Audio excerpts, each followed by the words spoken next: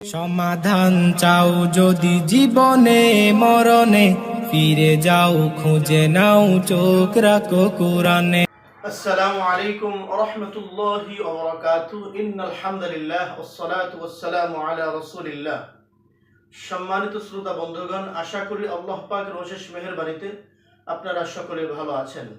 দূরে কিংবা কাছে, দেশে কিংবা প্রবাসে, যে যেখান থেকে এই মুহূর্তে আমার সাথে অংশগ্রহণ করেছেন, সকলকে জানাচ্ছি আন্তরিক মোবারকবাদ। প্রিয় ভিউয়ার্স, বরাবরের মতো আজকেও আমি আপনাদের সামনে অতীব গুরুত্বপূর্ণ একটি বিষয় নিয়ে আলোচনা করার জন্য উপস্থিত হয়েছি। আমার আলোচনার বিষয়বস্তু হচ্ছে বদনজরে আক্রান্ত হওয়ার লক্ষণসমূহ। বদনজর এমন একটি মারাত্মক সমস্যা, কিন্তু আমাদের সমাজে এই বদনজরটাকে আমরা অত্যন্ত ছোট আকারে দেখে থাকি। বদনজরকে আমরা কোনো সমস্যাই মনে করি না, অথচ কোরআন ও হাদিস থেকে যতটুকু জানা যায়, বদনজরের যদি কেউ সিরিয়াসভাবে আক্রান্ত হয়ে যায়, বদনজরের ক্ষতিটা জিন ও জাদুর থেকে আরো মারাত্মক পর্যায়ে হয়ে থাকে। মানুষ এটাকে হালকাভাবে নিলেও এর ভয়াবহতা অনেক। বদনজরের প্রভাবে মানুষের জীবনে অসুস্থতা আসে, সৌন্দর্য বিলীন হয়, সংসারে অশান্তি, বিচ্ছেদ হয়, ব্যবসায় বিপর্যয় আসে, কর্মে অলসতা আসে, মানুষের মৃত্যু হয়। আর এর ভয়াবহতা হাদিস দ্বারাও প্রমাণিত। আমরা যদি আল্লাহ রসুল সাল্লাল্লাহু আলাইহি ওয়াসাল্লামের হাদিসের দিকে লক্ষ্য করি, তাহলে দেখতে পাই আল্লাহ রসুল এই বদনজর সম্পর্কে কি বলেছেন। আল্লাহ রসুল সাল্লাল্লাহু আলাইহি ওয়াসাল্লাম বলেছেন, আল আইনু হাক্কুন তাস্তানজিলুল হালিক, অর্থাৎ বদনজর সত্য, তা মানুষকে উপর থেকে নিচে ফেলে দেয়। আমরা যদি রাসূল সাল্লাল্লাহু আলাইহি ওয়াসাল্লামের সহিহুল জামি' হাদিস নাম্বার 1249 নম্বর হাদিসের দিকে তাকাই, সেক্ষেত্রে দেখা যায় রাসূল সাল্লাল্লাহু আলাইহি ওয়াসাল্লাম ইরশাদ করেন, মানুষের বদনজর একজন মানুষকে অসুস্থ করে কবর পর্যন্ত পৌঁছে দেয় আর উটকে নিয়ে যায় রান্নার পাত্রে। যদি কোনো মানুষের উপর বদনজর পড়ে, দেখা যায় সেই মানুষটা কবর পর্যন্ত পৌঁছে যায়। আরেকটি বিষয় আল্লাহ রাসূল বলছেন, যদি কোনো উটের প্রতি যদি বদনজর পড়ে, তাহলে সেই উটটি রান্নার পাত্রে পর্যন্ত পৌঁছে যায়। রাসূল সাল্লাল্লাহু আলাইহি সাল্লাম আরো বলেছেন, আল্লাহর নির্ধারিত বিষয় ও ফয়সালার পর আমার উম্মতের মধ্যে সবচেয়ে বেশি মানুষ মারা যায় বদনজরের কারণে।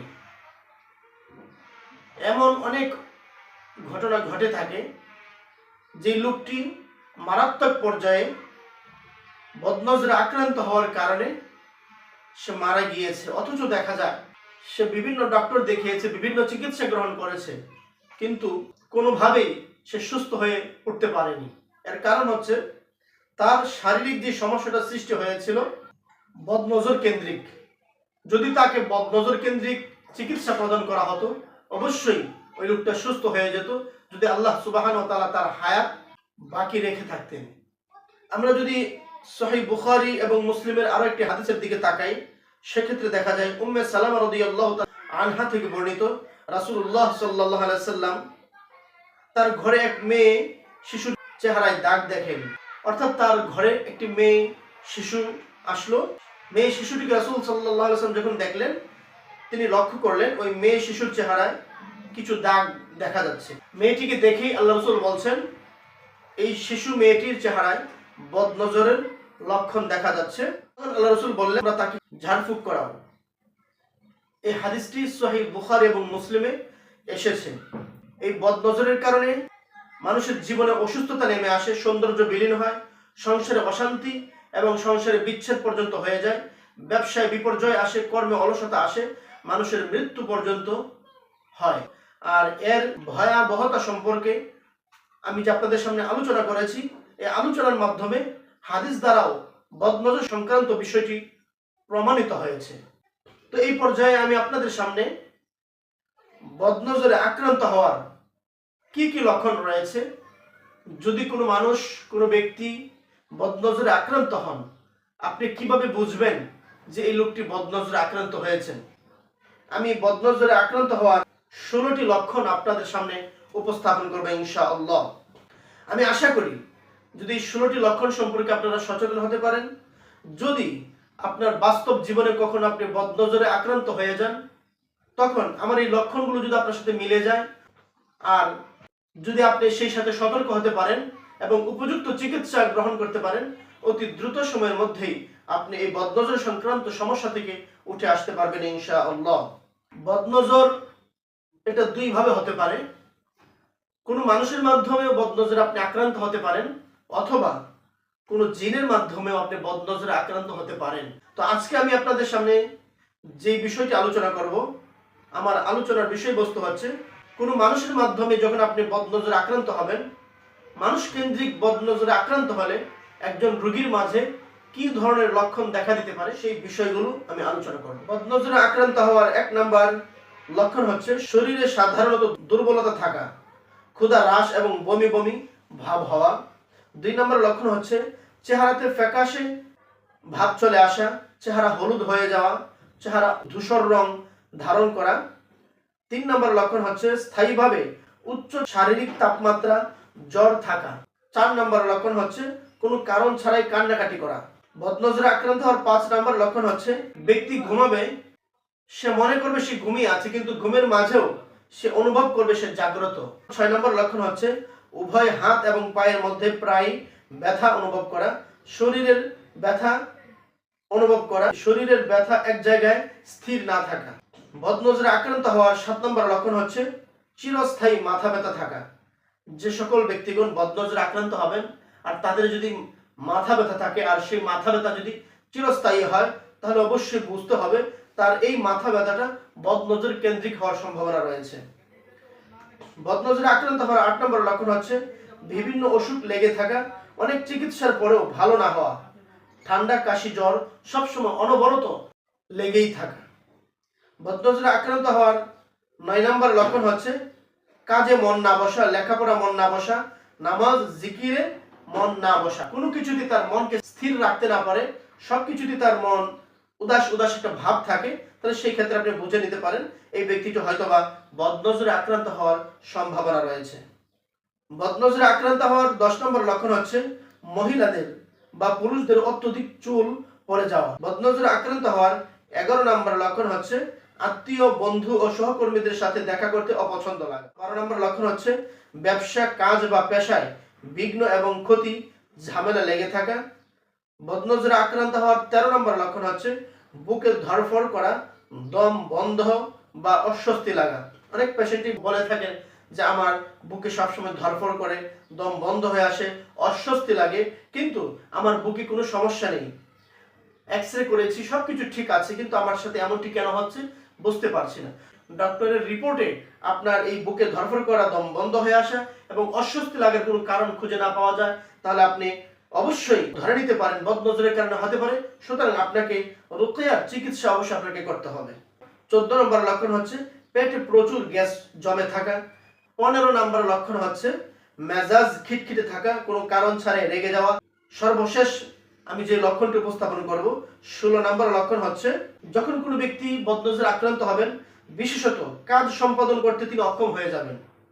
দেখা যায় আগে তিনি প্রচুর পরিমাণে কাজ করেছেন বা কাজ করতে পেরেছেন, এখন কাজ করতে গেলে কাজে এলোমেলো হয়ে যায়, কাজে ঝামেলা বেঁধে যায়, কাজ ঠিক মতো করতে পারছেন না, সাজিয়ে গুছিয়ে তিনি কাজটা শেষ পর্যন্ত নিতে পারছেন না।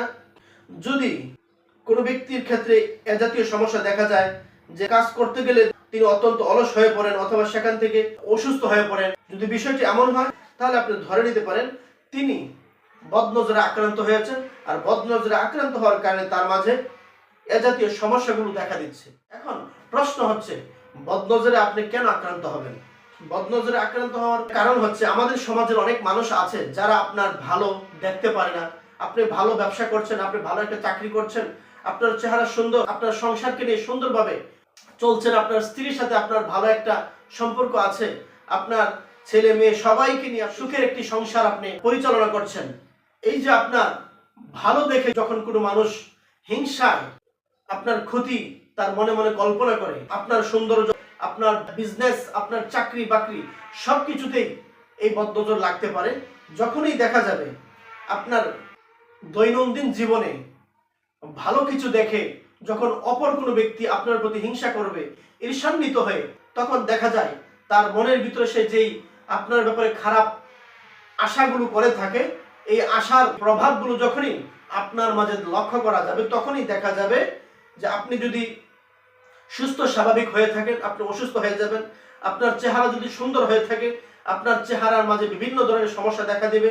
আপনার সংসারে যদি শান্তি থেকে থাকে, দেখা যাবে ওই ব্যক্তির বদনজরের কারণে আপনার সংসারে অশান্তি, এমনকি আপনার স্ত্রীর সাথে, আপনার স্বামীর সাথে বিচ্ছেদ পর্যন্ত হয়ে যেতে পারে। সুতরাং আমি যে বিষয়টি বোঝাতে যাচ্ছি, বদনজর এতটাই সিরিয়াস পর্যায়ের, আমি আপনাদের সামনে আল্লাহ রসুলের বেশ কিছু হাদিসও উপস্থাপন করেছি এই বিষয়টিকে আপনাদেরকে বোঝানোর জন্য, যে আসলে বদনজরকে আমরা যতটা ছোট মনে করি, আসলে বদনজর এতটা ছোট বিষয় নয়। বদনজর অত্যন্ত মারাত্মক পর্যায়ের একটি সমস্যা। সুতরাং এই সমস্যায় যখনই আমরা কেউ আক্রান্ত হব বা মনে হবে যে আমার বদনজর আক্রান্ত আমি হয়েছে কিনা, যখন আপনার মাঝে এরকম ধারণা আসবে, অবশ্যই আপনি একজন অভিজ্ঞ মুদাব্বির, অভিজ্ঞ চিকিৎসক, যিনি এই বদনজর সম্পর্কে অভিজ্ঞতা অর্জন করেছেন, যার মাধ্যমে হাজারো রোগী, বদনজর আক্রান্ত রোগী সুস্থ হচ্ছেন, তার যশ খ্যাতি রয়েছে, এমন একজন মুদাব্বির চিকিৎসককে খুঁজে বের করে যখন আপনি চিকিৎসা গ্রহণ করবেন, কোন কোন পয়েন্টে আপনার বদনজর হয়েছে, আপনার বদনজরটা কিভাবে কাটাইতে হবে, তার যদি অভিজ্ঞতা থাকে, অবশ্যই তিনি যখন তার অভিজ্ঞতার আলোকে আপনাকে দেখবেন, অতি অল্প সময়ের মধ্যে আপনি সুস্থ হয়ে যাবেন ইনশাআল্লাহ। আমি যে সকল বদনজরে আক্রান্ত হওয়ার লক্ষণগুলো আপনাদের সামনে উপস্থাপন করেছি, তাহলে লক্ষণসমূহ হতে যদি 5টি লক্ষণও আপনার সাথে মিলে যায়, তখন আপনি এই বিষয়টিকে হেলাই খেলাই ছোট করে না দেখে অবশ্যই আপনি চিকিৎসার দ্বারস্থ হবেন, চিকিৎসা গ্রহণ করবেন। এই বদনজরে আক্রান্ত হওয়ার কারণে আপনার যে সমস্যাগুলো হচ্ছে, এই সমস্যাগুলো আর আপনার থাকবে না। আপনি সুস্থ স্বাভাবিক জীবনে ফিরে আসবেন অতি অল্প সময়ের মধ্যে ইনশাআল্লাহ। আপনারা যারা এখনো আমার এই চ্যানেলটি সাবস্ক্রাইব করেননি, এখনই আমাদের এই চ্যানেলটি সাবস্ক্রাইব করে ফেলুন এবং সবসময় আমাদের পাশেই থাকুন। সকলেই ভালো থাকবেন, সুস্থ থাকবেন। আল্লাহ হাফেজ।